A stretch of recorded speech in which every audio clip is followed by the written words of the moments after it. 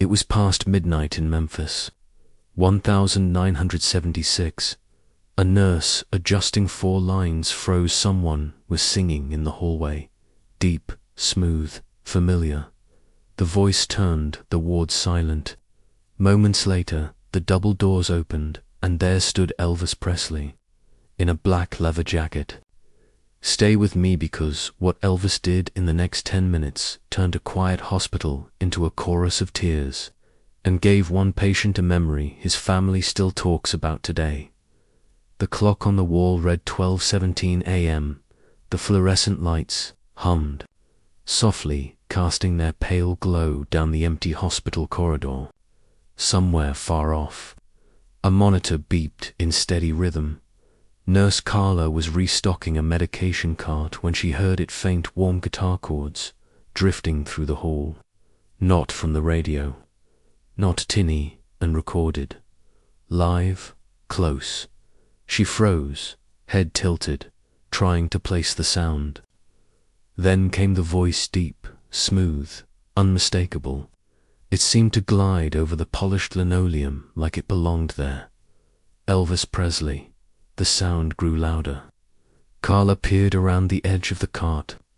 Down the hall, 2 men in dark jackets walked ahead, glancing left and right. Behind them was Elvis, guitar slung low, black leather jacket catching the light. He nodded to a pair of startled orderlies, one of whom whispered, "Is that?" and couldn't finish the sentence. According to one night shift orderly who spoke about it years later, Elvis had just finished a small benefit performance across town. He was supposed to be headed home, but instead he'd turned to his friends and said, "Let's see someone who could use a smile." The nurses stepped back to let him pass. He moved slowly, scanning the room numbers, until his eyes landed on room 214.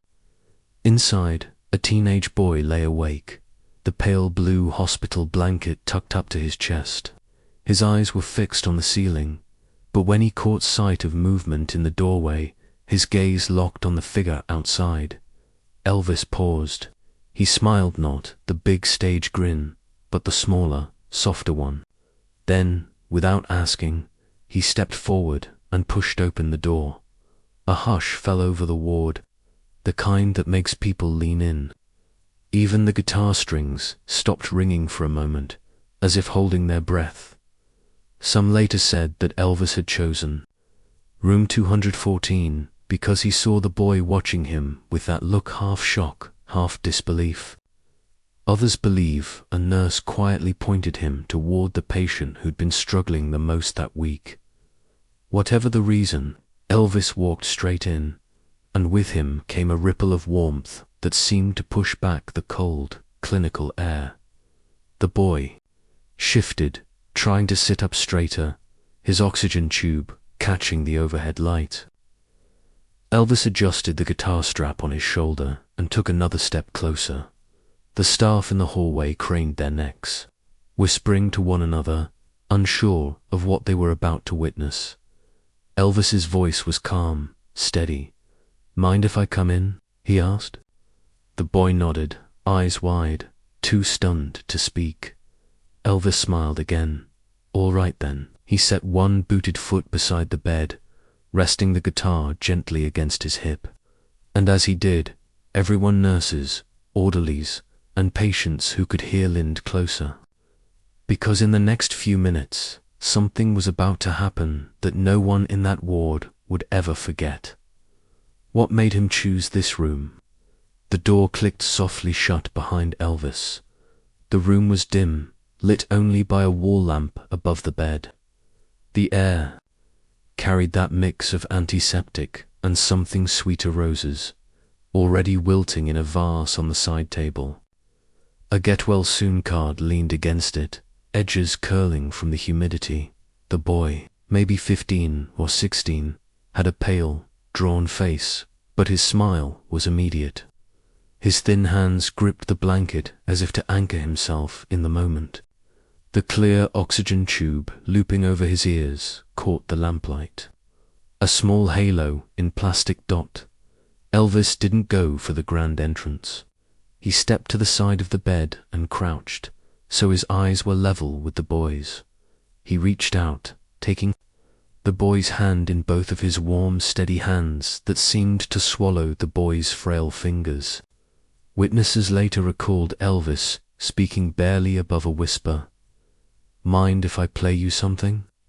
The boy's mouth opened, but no words came, just a fast nod.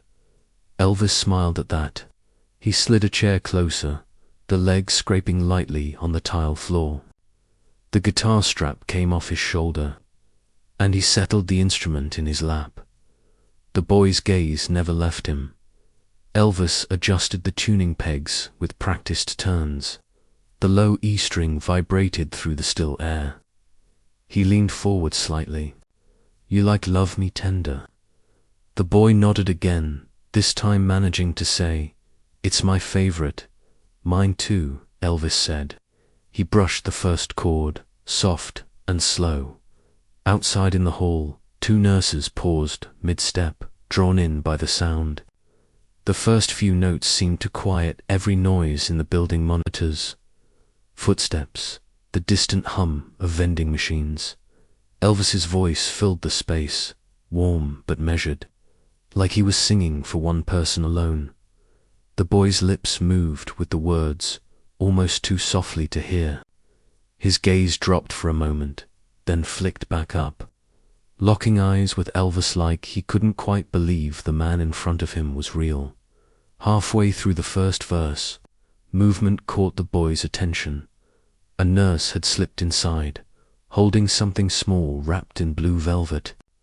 She moved carefully, almost tiptoeing, to set it down on the side table next to the roses. The boy's eyes darted to it, then back to Elvis. Elvis noticed too. The corner of his mouth lifted in a hint of a smile. But he didn't break the song his right hand kept brushing the strings, his left hand sliding up the fretboard. Outside the doorway, the small crowd of staff leaned in farther, their shoulders pressed together. The boy's breathing quickened slightly, the oxygen tube shifting with each inhale. Elvis's gaze softened even more. His voice dipped low for the last line of the verse, and then, without stopping, he nodded toward the blue velvet bundle. Just as the song begins, a nurse slips in with something wrapped in blue velvet. The bundle sat there, rich blue against the pale laminate of the side table. The boy's eyes kept darting toward it between chords, curiosity breaking through his awe. Elvis finished the verse and let the final chord hang in the air. He leaned the guitar slightly forward, resting it against his knee. "What's this you've got here?" he asked, nodding toward the bundle. The nurse smiled, her voice hushed as if the room were a church. "A little something from all of us on the night shift." Elvis reached over, the leather of his jacket creaking softly. He pulled the ribbon loose, the velvet falling open to reveal a scarf white with his own name embroidered in gold thread. The boy's jaw dropped. His fingertips brushed the stitching as if it might vanish if he touched it too hard. "Thought you might need one of these," Elvis said, the grin returning to his face. The boy laughed, just once, a breathy sound, but it lit up the room. Elvis looped the scarf gently around the boy's neck, tucking the ends so they rested on his chest. Then he shifted the guitar back into place. "All right," he said softly, "let's finish that song." He strummed again, the melody picking up where it had left off. The boy joined in now, barely more than a whisper, but the notes were there shaky, sure, and completely in tune with Elvis. Out in the hallway, two orderlies stood side by side, arms crossed but eyes glassy. One nurse bit her lip, holding back tears. The guitars had resonated in the small space, each note wrapping the boy in warmth. Elvis leaned closer for the final lines. Then, mid-verse, he stopped singing. He looked the boy straight in the eye. "You take the last line," he said. The boy blinked, startled. Elvis's voice lowered, gentle but firm. "Go on, it's yours." The boy hesitated for half a beat, then sang soft, uneven but crystal clear, "And I always will." For a moment, no one moved. Then a ripple of emotion passed through the doorway nurses, exhaling. Someone quietly clapping once before stopping, afraid to break the spell. Elvis gave a single nod, the kind that meant perfect. He strummed one last chord, letting it fade. He turned to the nurse still standing nearby. "Do you have a pen?" She blinked, caught off guard. "Yes, of course." She fumbled in her pocket and handed him a black ballpoint. Elvis flipped the scarf over, spreading it across his knee. With slow, deliberate strokes, he began to write. The boy craned his neck to watch, eyes wide, mouth slightly open. The pen scratched softly on fabric. Elvis's handwriting curved into place. Then he paused, looking toward the side table as if thinking of something else. Elvis turns to the nurse. "Do you have a pen?" Elvis kept the scarf spread over his knee, the pen gliding across the soft white fabric. The boy's name first, written big and steady, then his own signature beneath it slanted bold, instantly recognizable. But Elvis didn't stop there. He reached for the notepad on the side table, tore off the top sheet, and wrote something quickly, his head bent low so only the boy could see. The sound of the pen scratching on paper was the only noise in the room. When he was done, he folded the note in half, then in half again, until it was small enough to disappear into his hand. "Here," he said quietly, sliding it under the pillow. "Open that when I'm gone." The boy looked puzzled, but nodded. The boy's mother, who had been standing silent near the window, brought a hand to her mouth. Her eyes were red, the hospital's dim lamplight glinting off fresh tears. Elvis noticed. He stood, walked to her, and took her hand in his. "He's got more fight in him than most men I know," Elvis said. His voice wasn't for the crowd at the door, it was just for her. She managed a quiet, "Thank you." Elvis gave a gentle squeeze before stepping back to the bed. From his pocket, he pulled a small, well-worn guitar pick, the edges smoothed, from years of use. "Every singer's got a lucky charm," he said, holding it up so it caught the light. "This one's yours now." The boy held out his palm, and Elvis set the pick down slowly, curling the boy's fingers over it one by one. A nurse in the doorway sniffled, wiping her eyes with the back of her hand. Elvis slung the guitar over his shoulder, adjusting the strap. He glanced at the staff clustered outside. They started to thank him. Soft murmurs of, "We appreciate this, and you've made his night." But Elvis raised a hand. "Don't thank me yet," he said. The corner of his mouth lifted into a small, private smile, as though he knew something they didn't. He tipped his head toward the boy, gave a final wave, and stepped past the doorway. The hall swallowed him up, his boots clicking softly on the floor. The sound of those footsteps faded, replaced by the quiet hum of machines and the distant ring of a phone at the nurse's station. The boy reached under his pillow, feeling the folded paper. His fingers itched to open it right away. But something in Elvis's voice, when he'd said, "When I'm gone," made him wait. In the hall, the staff traded glances. No one spoke for a moment, because they all knew whatever was on that note was about to mean more than anyone could guess. What did the note say? Hours passed. The hospital had settled into its late-night rhythm-dimmed lights, muffled voices, the occasional rattle of a meal cart rolling past in room 214. The boy still hadn't opened the note. He lay awake, fingers brushing the folded paper under his pillow as if it were some fragile treasure. Finally, just before dawn, he sat up. His mother stirred in the chair beside him, but didn't open her eyes. He unfolded the note slowly, smoothing the creases with trembling hands. In Elvis's unmistakable handwriting, in thick black ink, it read, "You'll always have a seat in the front row. E." The boy read it again and again.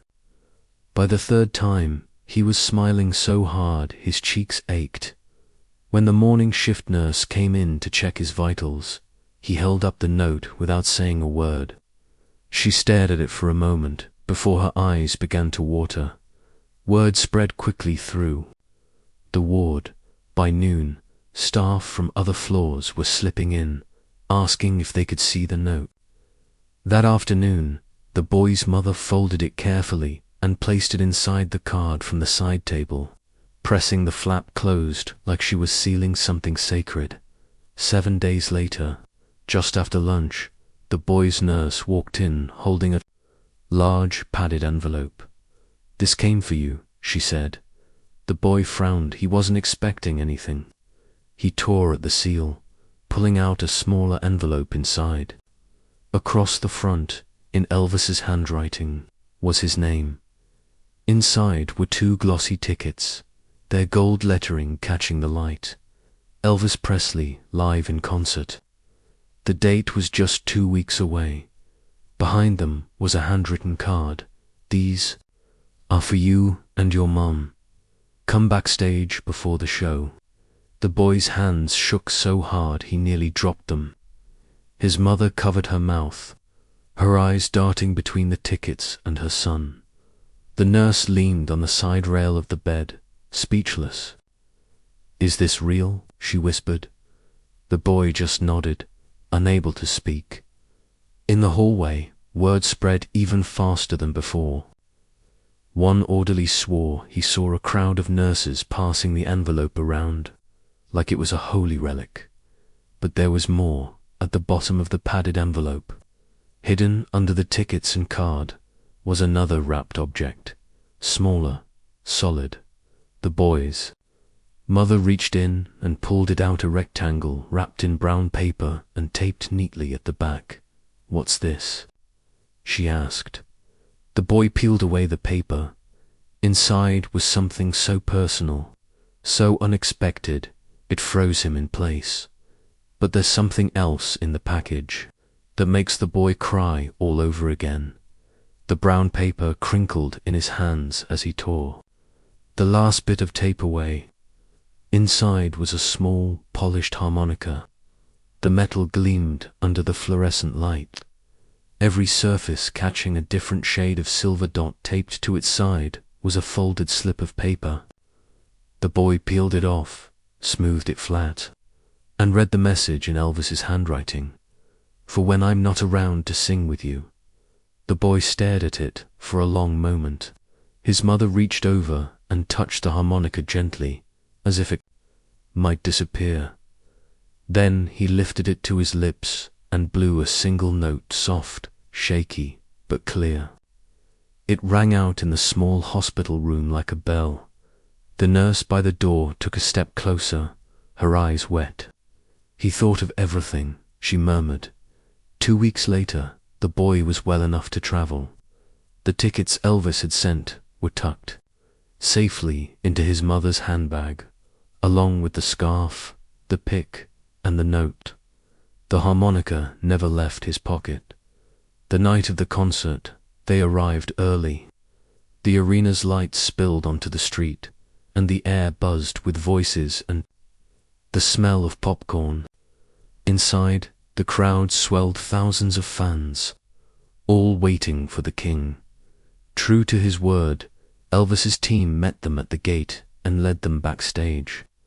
The boy was quiet, clutching the harmonica in one hand and the scarf in the other, when Elvis appeared, wearing a white jumpsuit that caught every light in the room. His eyes went straight to the boy. "There he is," Elvis said, pointing with a smile. My friend. The boy's mother swore later that Elvis's whole face changed, like he'd spotted family in the crowd. He crouched to eye level again, just like that night in the hospital, and said, "Ready to hear me make a little noise?" The boy grinned and nodded. Minutes later, the lights went down.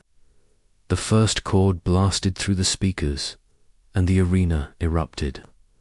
Elvis worked the stage like only he could, spinning, smiling, throwing scarves into the crowd. But halfway through the set, he stopped mid-song.